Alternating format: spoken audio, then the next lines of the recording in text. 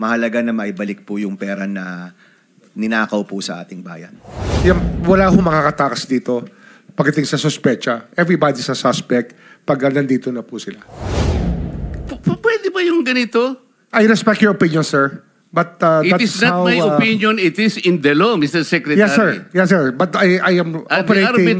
The arbiter Sir, is can I the speak, law. sir? Please see Mr. Chair, I said that the I am country not needs. expressing an opinion here. I am articulating the provision of law. You do not change the provision of law. Gusto ko lamang pong sabihin kay Secretary, pangalagaan na lang po si Engineer Henry Alcantara. Yun lang po. Hindi po batas ang pinag-uusapan. Wala ho tayong pakialam sa batas na yan. Sometimes, you have to bend the law to be able to please the people. Thank you, Mr. Chair. May question lang po ako kay Secretary Remulla. Mr. Chair, yung pong sinasabi na widespread according to ICI, yung Independent Commission for Infrastructure, na meron daw po empleyado ng DPWs na pinagsisira po yung mga dokumento. Ito po ay parang itinatago, Mr. Chair. Ang tanong ko po kay Secretary, ito po ba ay makakasuhan na rin ngayon dahil mukhang malinaw pa sa sikat ng araw na may tinatago, removal, concealment at destruction po ng mga documents, Mr. Chair?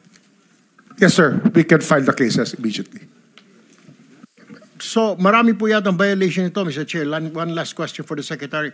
Falsification din po ng public officer employee under Article 171, violation of PD 1829, at saka violation of Republic Act 9470. So, lahat po ito, ikakaso po, ikakarga po ito. Pwede po ikarga. Depende po sa facts of the case lang, sa mga allegations natin at sa ating ebidensya. Na-identify nyo na rin, Mr. Chair, nasabi na po ba sa inyo ng ICI kung sino pong tao na ito? Hindi pa ho, ang ICI po kahapon lang kami nagsimula makipag-usap sa kanila. Pero in due time po, tomorrow po ako mag-a-appear sa ICI.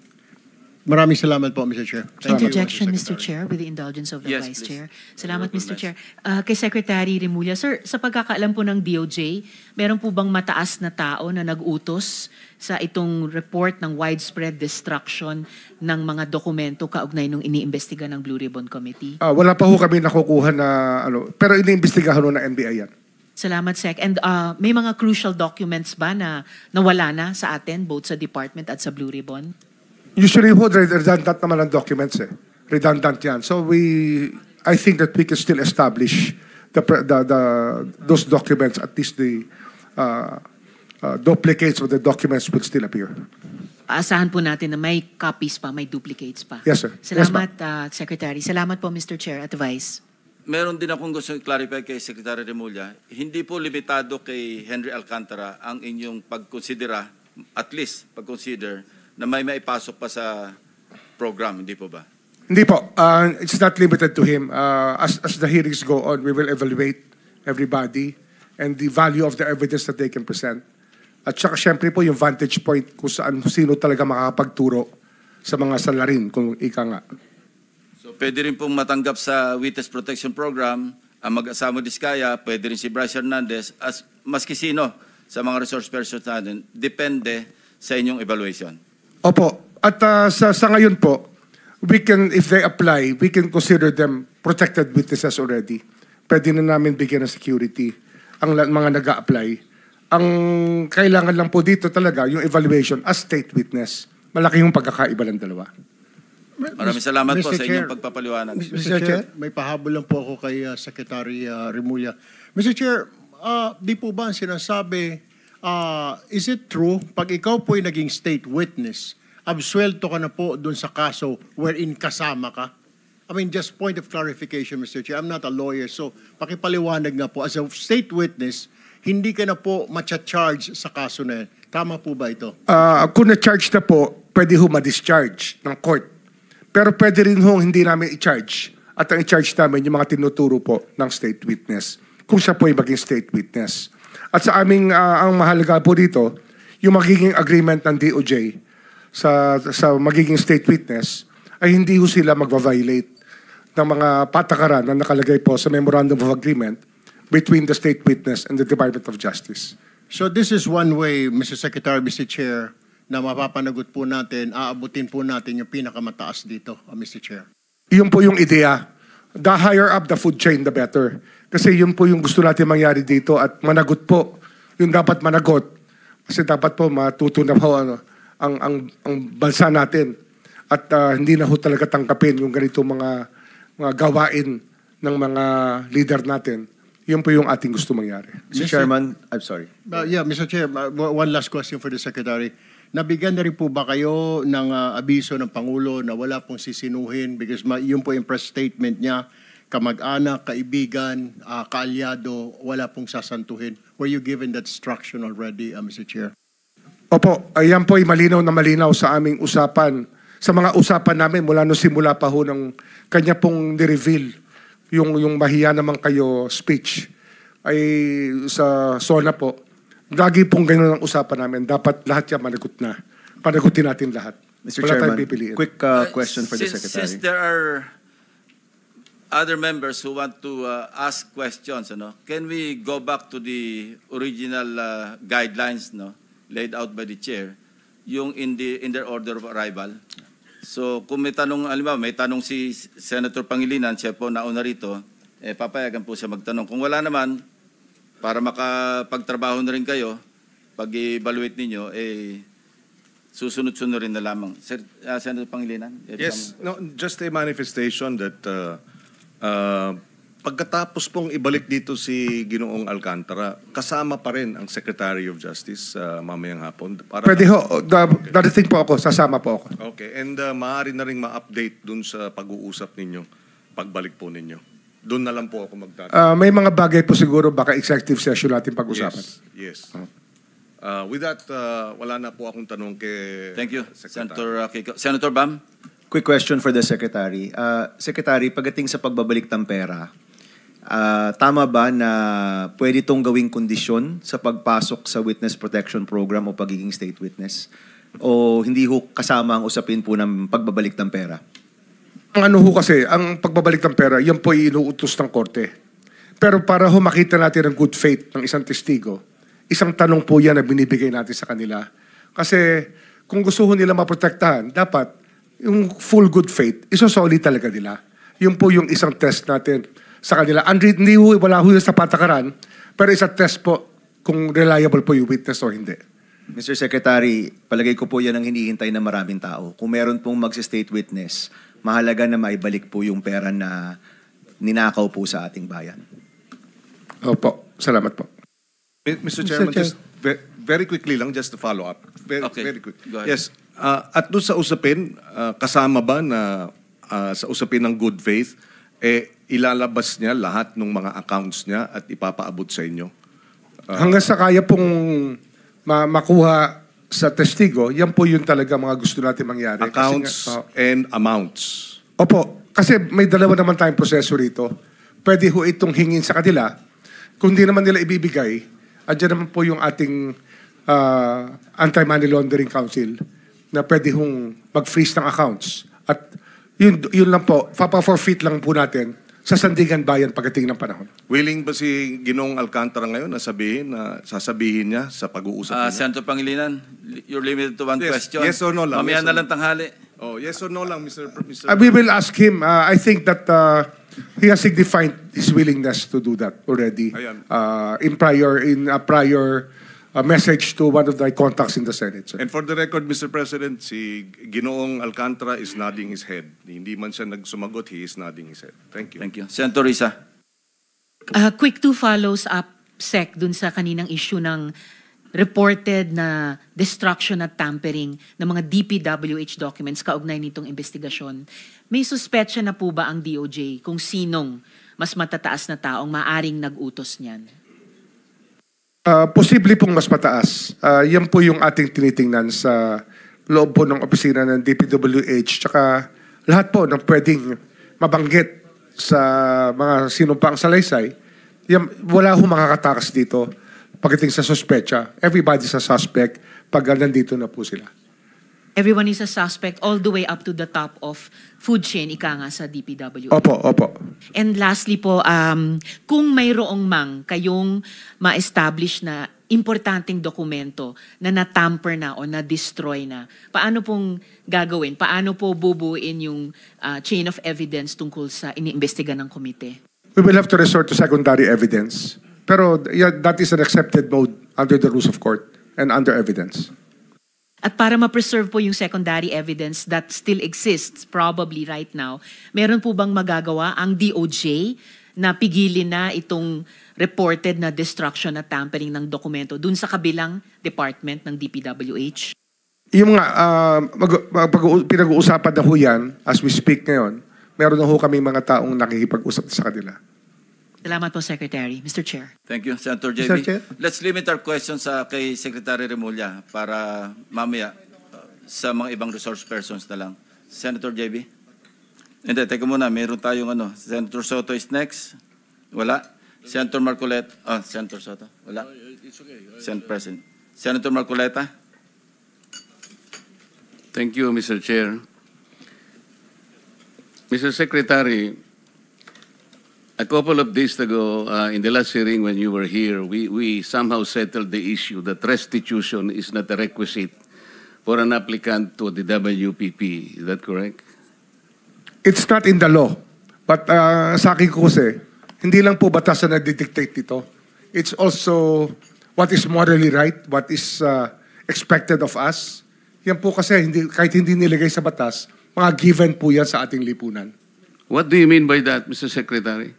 Kasi wala nga sa batas yung Wala nga sa batas. Yung Then, requirements ano ilalagay mo sa batas? for admission to the witness protection. Ang restitution is not part of it. Yes, it is not. Pero hindi mo nangangahulugan na hindi namin pwede i-layout yan depending on the case. Mr. Secretary, I am still in the stage where a particular applicant wishes to apply under that program. And there is a process. In the process, restitution is not one of the requisites. Is that correct?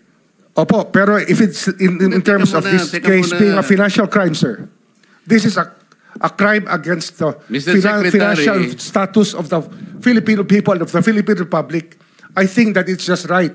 Mr. that we ask. Secretary, are you amending the provision of the No, law? sir. No, sir. But that is how we run the Witness Protection Program. As a lawyer, Mr. Secretary, may I ask you, in a criminal prosecution, the civil liability is impliedly instituted. Is that correct? Of course. Kaya nga hindi naman nangangahulugan kung sakasakali na natapos na yung criminal prosecution. Kapag ka nakita na mayroong criminal liability yung tao, because it is impliedly implied, doon lang magkakaroon ng restitution. It will come after. Paano mo sasabihin na magre-restitute ang isang tao? Meron na bang findings kung magkano i-restitute on how it can be restituted? Nag-a-apply pa lang eh. Huwag po ninyong babaguhin ang requisite ng batas, Mr. Secretary. I thought nung dumating ka dito, nagkaintindihan na tayo eh. Kaya nabablar ang proceedings natin eh. Kaya nga kinote ni, siguro, ang chairman kanina gusto kong ituloy ito. Sinabi niya, nagpa-interview siya, na goodwill and sincerity should be done para i-test. Pwede ba yung ganito? I respect your opinion, sir. But It that's is not how, my opinion, it is in the law, Mr. Secretary. Yes, sir. Yes, sir. But I am operating... The arbiter Sir, is can I the speak, law. sir? May I speak, sir? Yes, you I'm are operating from the Senator Marcoleta, from the kindly vantage allow the point of the resource reason behind the law, sir. What is the reason behind the law? So that we can get justice, and justice can only be attained if there is restitution. So that is the principle behind all of these things that we are talking about now. Mr. Secretary, restitution will come after. It cannot be. So it can cannot come before or after, sir. It can come before or You after. cite the law that it come before. Wala nga po sa batas eh. Sir, Huwag po ninyong babaguhin ang batas, Mr. Secretary. we are operating on a unique set of facts, and we are, all of these matters are being evaluated because the gravity of this financial crime cannot be underestimated, and that the more assets that we're able to preserve at the outset, the better for our country, sir. Mr. Secretary, I'm very sorry for such a reasoning like that. Alam mo, nakikinig I'm very ang sorry, buong sir. bansa. Also, sir, I'm very sorry too if you do not agree with me. But I respect your opinion, sir, and we will carry out our job as we deem fit, as we see. Mr. Chair, I said that the I country am not needs. expressing an opinion here. I am articulating the provision of law. You do not change the provision of law, Mr. Secretary. You may be disbarred from doing this. Then, it's your opinion, sir. It's your option, sir. Sinabi ko na nga, hindi ko opinion ito. I am articulating Then it's your option, sir. the provision of It law. is what you wish to happen. That you may proceed Ikaw ang with what you nagbibigay wish. ng opinion, nilalagay mo yung restitution to test the goodwill of a possible applicant. It is not in the law. Unless you are able to point out the provision of law that it come before. Hindi ganun eh. Sabi mo na nga, and we admitted, impliedly instituted ang civil liability, but this will come eventually after the court has pronounced kung magkano ibabalik niya kung meron man. Not before. Thank you, Mr. Chair. Are you done, Senator Marcoleta? Thank you. Okay. So next in line is Senator Padilla. Please limit your question kay Secretary Remulla. Apo, gusto ko lamang pong sabihin kay Secretary, pangalagaan na lang po si Engineer Henry Alcantara. Yun lang po. Opo, salamat po. Thank you. Senator De La Rosa. Thank you, Mr. Chair. Point of clarification lang ito sa akin, Mr. Chair, dahil ito mga diskayas, para mukhang nagbigay na ito ng affidavit in the previous hearings. Gusto natin na may resulta kaagad ito investigation natin. Baka pwedeng isama na rin yung affidavit nila, sir, na evaluate ng DOJ para isang bagsakan na lang yung pagpile ng kaso. Dahil marami sila binanggit na pangalan ng mga congressman. As a matter of fact, undergoing evaluation. By whom, Mr. Chair? DOJ. DOJ on Sir, we met with them already, and we will meet again with them tomorrow. Kasi nawala nga yung kahapon, sir. No? We lost the time yesterday. We were supposed to meet yesterday. Hindi lang po natuloy. Yes, sir. Mr. Chair, just para mas maganda kung isang bagsakan na makuha na sana lahat yan, mapaila na kaagad. Opo. Mas maganda. Thank you. Thank you lang, Mr. Chair. Thank you, Salamat. Senator Rapi.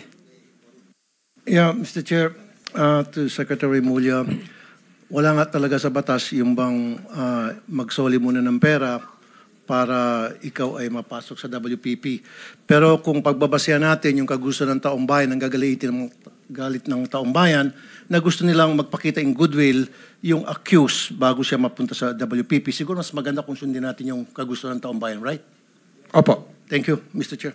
Mr. Chair, there Yes, is also, Senator. I would like to manifest that hindi ko alam kung nakikinig ho tayong lahat, yung sigaw ng taong bayan na libo-libo sa People Power Monument sa Luneta, hindi lang po pagnanakaw, they were also shouting, ibalik yung pera nila.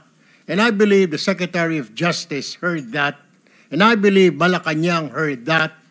Kaya nga po, dito po sa mga kontraktor, mga opisyal, isole ninyo ang pera ng taong bayan.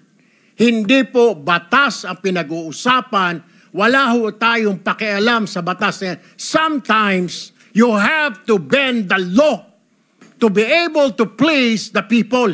Mas mataas po ang taong bayan sa batas. Am I right, Secretary Remulla? Yes, sir.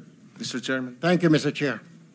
Second round, Senator Pangilinan. just to lower the decibels and the stress, the stress that comes with high emotions. Si Ginoong Secretary Remulla, si Ginoong Hernandez halimbawa, sinurrender na sa ICI no? Yung ilang vehicles at sinasabi niyang willing pa siyang mag-surrender ng Lamborghini. I mean, that's his voluntary act. If Engineer Alcantara will do the same voluntarily as a sign of goodwill, there is no law that prevents him from doing that. So therefore, we this restitution issue, while it is the law, does not prevent the government from being broader, mas malawak ang kanyang pag-implementa ng mga programa at mga batas, lalo na pag voluntary ang pagbigay ng mga malalaking, yung mga mamahaling sasakyan, voluntaring ilabas itong isurrender ang mga pondo, etc. Hindi po ba? Opo. Sa karanasan ko kasi, pag inintay po natin yung court judgment na maging final para isurrender po ang lahat, baka puti na mga mata natin, wala pa hong nangyayari. Kaya habang maaga po, we try to get as much para maibalik na po sa taong bayan yung dapat hong ibalik. In fact, yung pagbabalik is a sign of cooperation, which the courts will eventually consider when it sentences or if it provides the exemption and the immunity. Hindi po ba? Opo. So that should guide itong ating mga testigong nais mag-apply sa Witness Protection Program.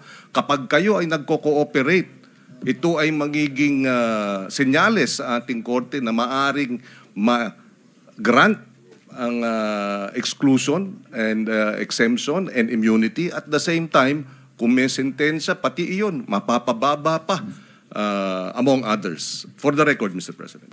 Tama po. Thank you. Yes, Senator JB. Just last point before the Secretary brings Engineer Alcantara. Anyway, nagkatama yung haka-haka natin that Engineer Alcantara might just be the missing link to the higher officials that the people have been longing for. No?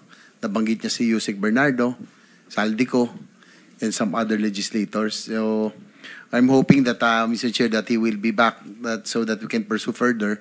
And ang sabi ko lang kay Secretary Remulla, I hope that you can evaluate further kasi mukhang very vital and very yung kanya pong testimony or yung kanya affidavit is very vital doon sa ating pong pursuit of going after the big fishes finally. So I hope that he can be considered really to become one of our state witness in case. Thank you, Mr. Chair. Tama. Thank you. Kung meron ding gusto magtanong sa representative o representatives ng AMLAC, papayagan po namin kayo magtanong again in the order of arrival kasi may mga gagawin din trabaho sila na kailangan ding umalis sila na maaga. So kung wala naman, papayagan na rin natin silang ma-excuse. Anyway, mag-iiwan naman sila ng representante rito. Anybody from the members of the panel? Sino? Si Alcantara babalik. No, I mean the AMLAC Executive Director, Attorney David. Kung wala po, then you may be excused along with the Secretary of the DOJ. Thank you very much, Secretary Remulla. Thank you, Mr. Chairman. Thank you, Mr. Chair. You'll be back at 1 o'clock? 1:30? 1:30 to 2, sir. Thank- Hopefully we can finish up as early as possible. Thank you. Thank you very much. Thank you, sir. 1 minute suspension.